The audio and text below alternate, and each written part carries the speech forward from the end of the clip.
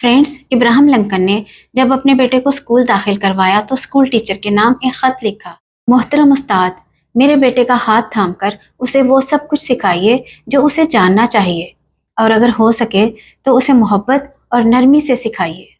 اسے بتائیے کہ ہر دشمن کے مقابلے میں ایک دوست بھی ہوتا ہے، ہر بدعنوان سیاستدان کے مقابلے میں ایک مخلص رہنما بھی ہوتا ہے، ہر ظالم کے مقابلے میں ایک انصاف پسند انسان بھی ہوتا ہے، اور ہر بدماش کے مقابلے میں ایک ہیرو بھی ہوتا ہے۔